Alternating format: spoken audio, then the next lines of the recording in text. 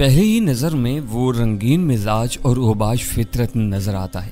पहले वो मुझे अपने मेज़बानों का कोई मेहमान समझकर इखलाक से पेश आया, मगर जब मैंने उसे बताया कि मैं सेहत आमा से मुताल्लिक किताबों की गश्ती सेल्स गर्ल हूँ तो इसकी आंखों में हरीसाना चमक उतर आई और उसने मुझे फौरन ही अंदर बुला लिया। मैंने पहलू बदल कर कुर्सी छोड़ दी। यकायक ही मुझे अपने कानों की लोएं तपती हुई महसूस होने लगी थी। वीरा की इस तमहीद का रुख खासा इश्तियाल अंगेज था। वो बहुत गैर मुहज्जब बल्कि वहशी था। छोटे से ड्राइंग रूम में मेरे साथ ही जुड़ कर बैठ गया। वीरा मेरे दिली जज्बात से बेखबरी के आलम में कही जा रही थी। मैंने अपने साथ लाई हुई किताबें खोलकर उसे बातों में उलझाना चाहा तो उसने वो पुलंदा समेट कर एक तरफ टाल दिया और बेहयाई से कहा कि वो देखे बगैर सारी किताबें खरीद चुका है और मुझे उससे कुछ और बातें करनी चाहिए। मेरे हुस्न की तारीफ करते हुए उसने अफसोस जाहिर किया कि मैं जरा सी आमदनी के लिए सारा दिन घर घर मारी फिरती रहूं। वो इतनी तेजी से पेशकदमी कर रहा था कि मुझे उसकी तरफ से दस्त दराजी का खतरा नजर आने लगा। वो मुझसे इतना करीब था कि मैं अपने बैग में से रिवॉल्वर भी नहीं निकाल सकती थी। कमरा छोटा और फर्नीचर से इस तरह भरा हुआ था कि मैं अचानक दौड़ कर भी उसकी दस्तरस से नहीं निकल सकती थी। मेरे सब्र का पैमाना लबरेज हो गया और मैंने उसकी बात काट दी। मैं इन बातों का अंदाजा लगा सकता हूँ। इन्हें धुराकर बिला वजह मेरा खून ना खोलाओ। उसके होंठों पर खफीफ सी आसूदा मुस्कुराहट फैल गई। इसके लिए खुशी की बात थी कि उसकी तौहीन का तज़किरा सुनना मेरे बस से बाहर हो रहा था। वो मेरे सर पर इस बुरी तरह सवार था कि मैं फिक्रमंद हो गई। मैं जवाबी गर्मजोशी का इजहार करके भी अपना मकसद हासिल कर सकती थी, मगर मेरी दानिश में रमेश के खून की वो कीमत बहुत ज्यादा हो जाती। मैं तेजी से किसी फैसले पर पहुंचने की कोशिश कर रही थी कि फोन की घंटी बजने लगी। मेरे लिए वो ताइद गैबी थी। चंद सानियों तक उसने घंटी पर ध्यान नहीं दिया, मगर कुदरत मुझ पर मेहरबान हो चुकी थी। फोन करने वाला भी डटाई से इंतजार करता रहा और आखिर वो झुंझलाकर उठने पर मजबूर हो गया। और जब वो फोन पर बातें करने में मसरूफ था तो तुम टहलती हुई उसके करीब पहुंच गई। वो सांस लेने के लिए रुकी तो अगली बात मैंने पूरी कर दी। वो मेरा इशारा नहीं समझ सकी और बोली वो मेरा पहला और आखिरी मौका था। मैं उसे बर्बाद नहीं कर सकती थी।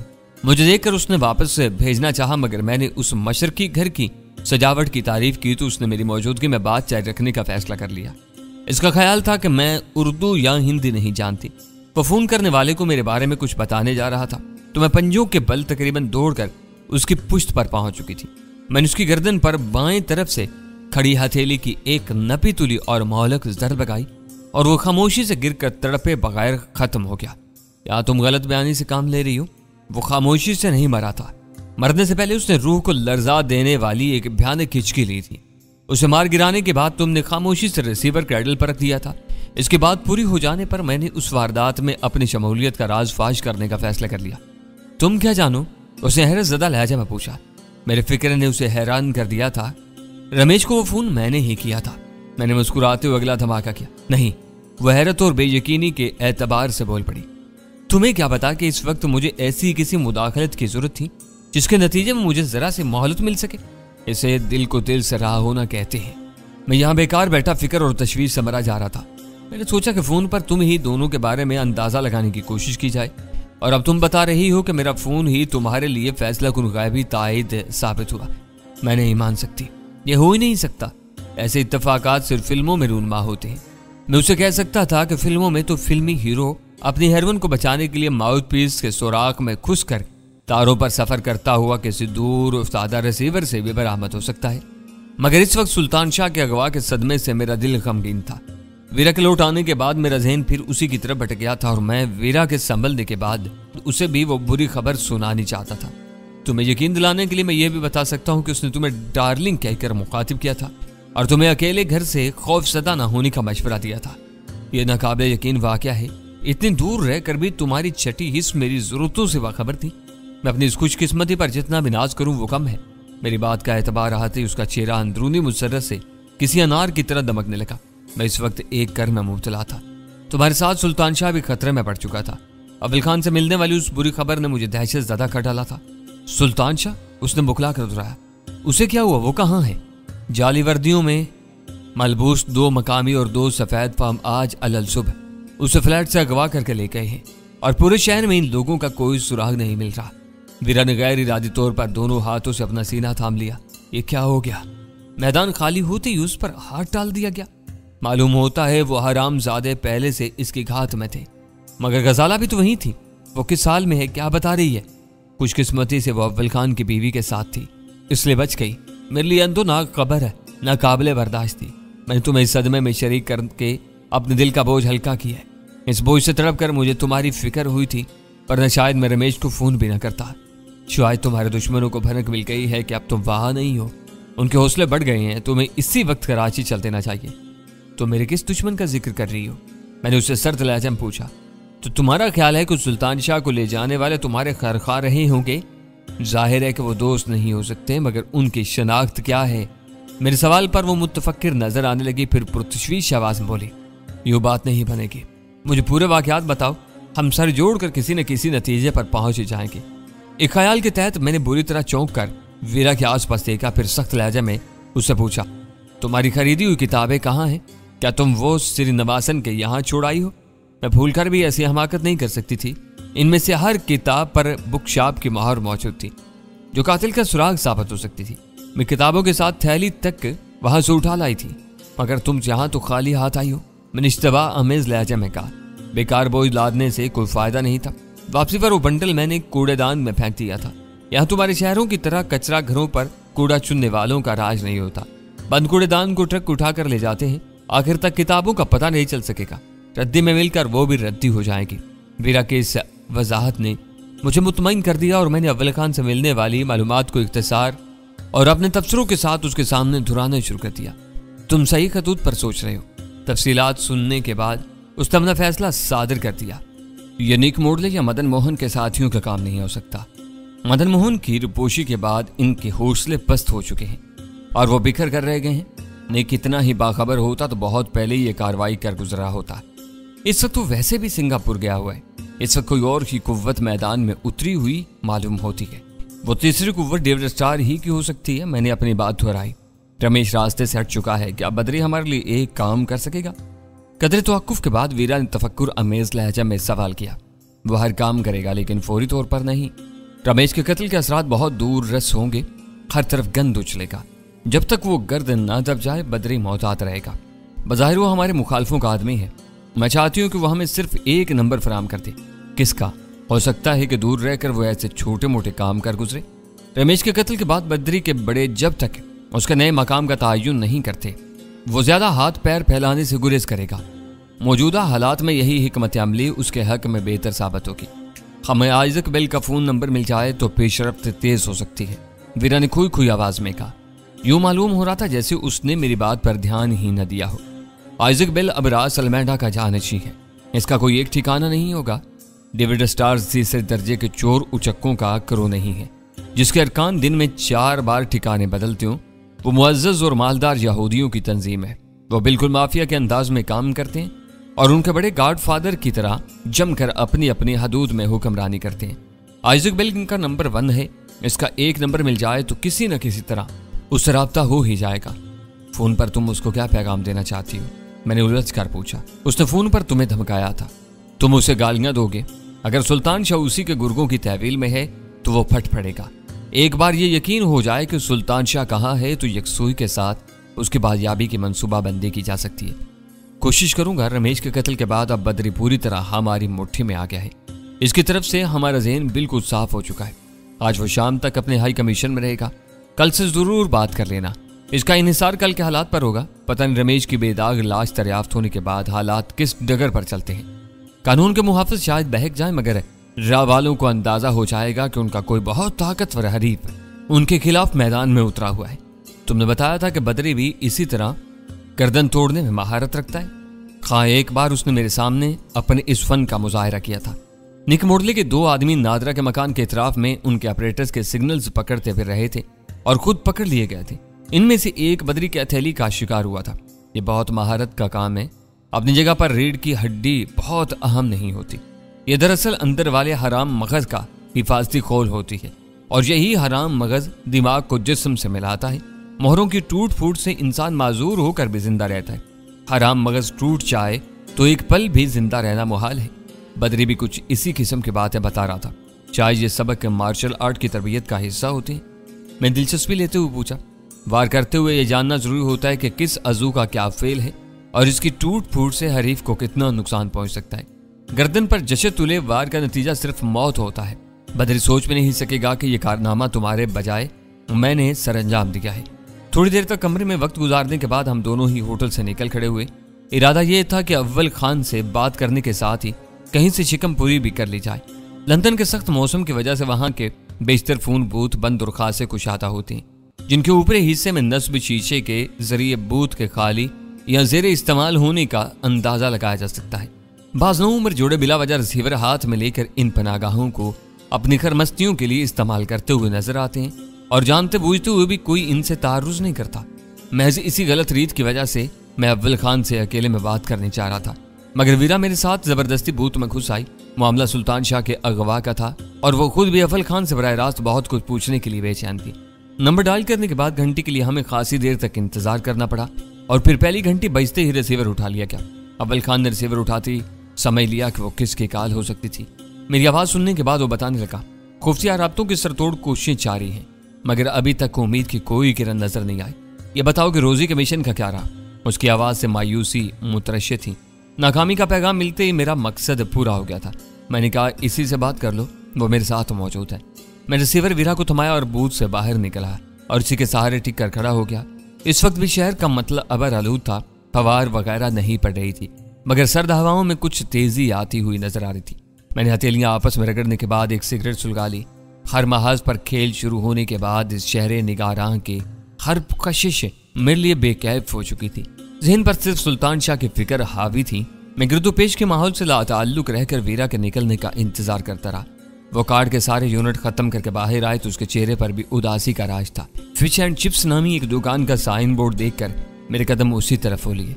पिछले कई दिन से फास्ट फूड पर गुजारा करते करते तबीयत उकता गई थी। मछली और आलू के तले हुए कतले भी फास्ट फूड ही की एक पुरानी किस्म में शुमार किए जाते थे, लेकिन ग़िज़ाइयत और जायके के एतबार से वो बहुत बेहतर साबित हो सकते थे। बियर की 2 बड़ी बोतलों के साथ हमने खूब डटकर मछली खाई। यह हैरानकुन बात थी कि तबीयतों पर उदासी तारी होने के बावजूद हमारे मेदे पूरी तरह फाल थे। खाने के दौरान में हम दोनों अपनी अपनी सोचों में खोए रहे। वीरा ने अपनी आदत के बरखिलाफ अपनी और अव्वल खान की गुफ्तगू मेरे कानों में उंडेलने की कोशिश नहीं की। थोड़ी देर बाद हम होटल वापस लौट आए। मुझे टेलीविजन से कभी भी ज्यादा रगबत नहीं रही थी। इस दिन रात गए तक मैंने अपने कमरे का टेलीविजन ऑन रखा, मगर उस पर पुराने वाकयात की बाज़गश्त के सिवा कोई नई हलचल नजर नहीं आई। बदरी के बयान के मुताबिक स्कूल से ज़ेर नवासन के बच्चों की आमद 2 बजे शुरू हो जाती थी और उसी वक्त रमेश अग्रवाल की लाश दरियाफ्त हो जानी चाहिए थी।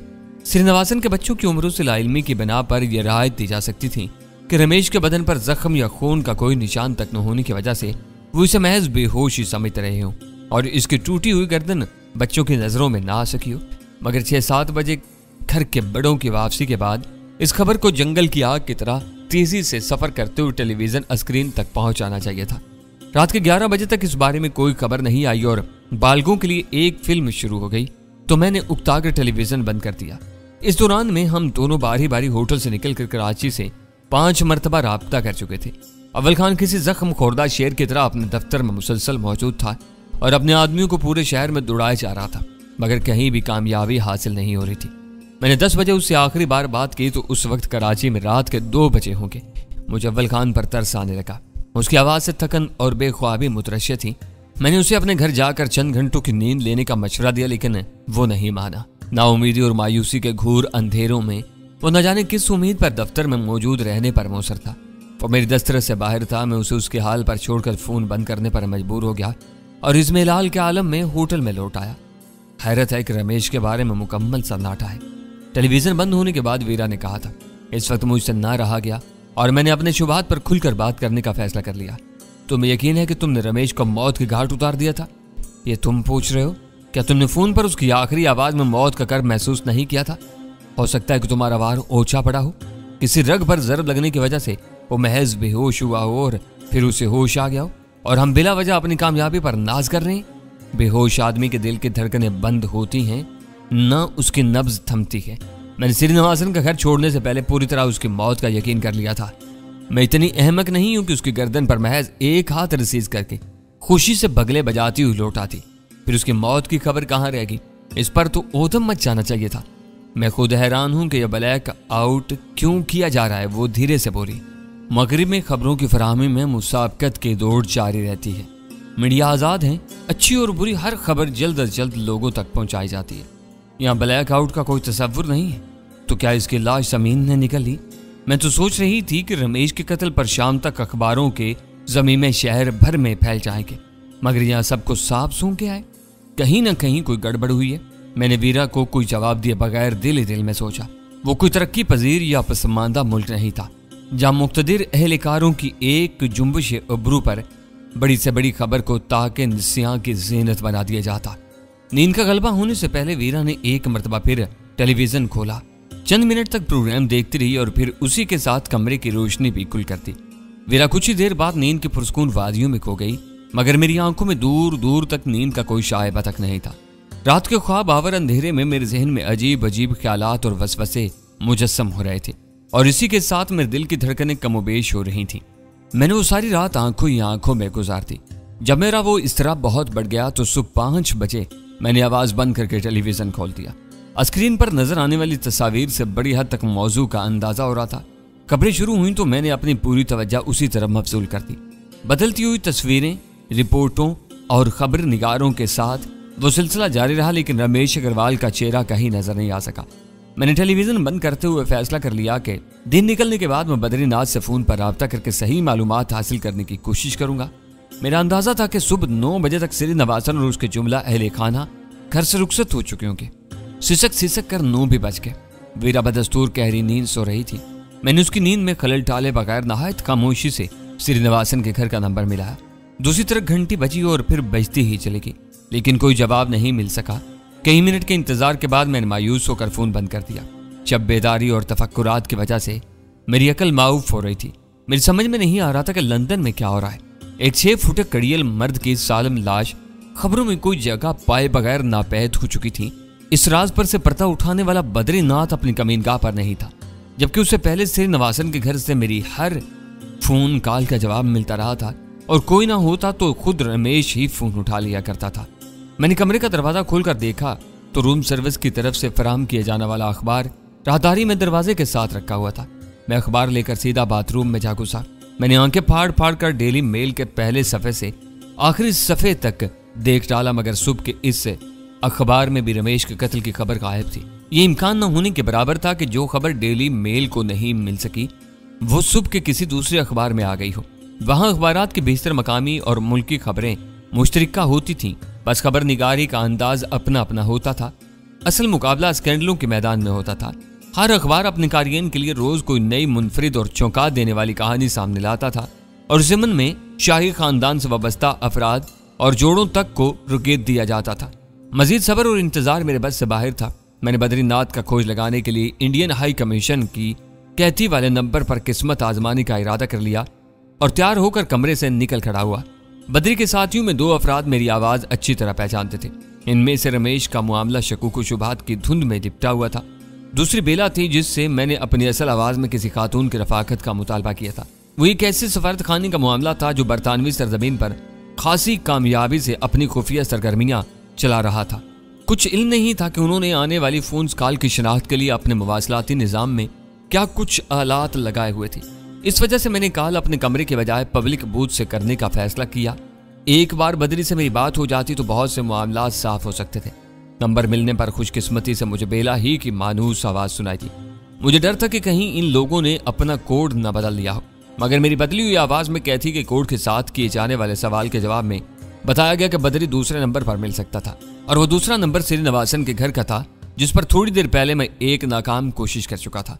मैंने बूथ से दोबारा नंबर मिलाया और इस बार बद्री की आवाज सुनकर मेरा दिल बाग बाग हो गया। क्या हाल है? अभी तुम कहाँ गायब थे? मैंने तबाक से पूछा। मैं नाश्ता का सामान लेने गया था। उसकी आवाज से गर्म जोशी गायब थी। इस वक्त तुम मुझसे कहाँ मिल सकते हो? मैं तुमसे कुछ मशवरा करना चाहता हूँ। मैं सेंट्रल लंदन में हूँ, जहाँ चाहो आ जाओ, मैं मुंतजिर रहूंगा। उसने मेरे दिल की बात कह दी थी। मैंने फौरन ही उसे खुली पेशकश कर दी। फिर रिट्ज होटल की लॉबी में आ जाओ, मैं आधे घंटे में पहुंचता हूँ। मैंने उस पुरशिकू होटल का नाम सुनकर कहा। वहां के लिए तैयार होने में मुझे देर हो जाएगी। वो किसी वजह से किसी बड़े होटल ही में मिलना चाहता था। हिल्टन का प्रोग्राम तय करके मैंने फोन बंद कर दिया। इस वक्त मेरा लिबास नामुनासिब नहीं था। मैं हिल्टन तो क्या रिट्ज भी जा सकता था। मुझे थोड़ी सी उलझन अपने बड़े हुए शेव की वजह से थी, जिसने 2 दिनों में दाढ़ी का रूप धारा था और ना मुझे क्लीन शेव रहने दिया था। बद्री से प्रोग्राम तय हो जाने के बाद मेरे सर पर से बहुत बड़ा बोझ उतर चुका था। इसे मिलने पर बहुत सी गुत्थियां सुलझ सकती थी और मैं आइजक बिल के बारे में भी उससे बात कर सकता था। मैंने अपने होटल की तरफ लौटने का इरादा तक कर दिया। मेरे प्रोग्राम से वाकिफ होने के बाद वीरा भी मेरे साथ चलने पर मुसर हो सकती थी। ये बात खुद मैंने ही उसके दिमाग में बिठाई थी कि रमेश के कत्ल की साजिश में हमारा साथ देकर वो हमारी मुट्ठी में आ चुका था और हमें उसकी तरफ से राजदारी या अपनी सलामती के बारे में कोई मोहूम सा खतरा भी नहीं था। तीसरी कॉल मैंने अपने होटल के लिए मिलाई। ऑपरेटर ने मुझे कमरे से मिला दिया। वीरा ने खालिस अमरीकी लहजे में हाय कहकर कॉल वसूल की थी। मेरी वापसी में जरा देर होगी, मेरी तरफ से परेशान न हो जाना। मैंने बिला किसी तमहीद के कहा, मैं पहले ही परेशान हूँ, अभी तक वो खबर गायब है, तुम इस वक्त कहाँ हो? मैं होटल से काफी दूर हूँ, उम्मीद है कि मेरी वापसी पर तुम्हारे सवाल का जवाब भी मिल जाएगा।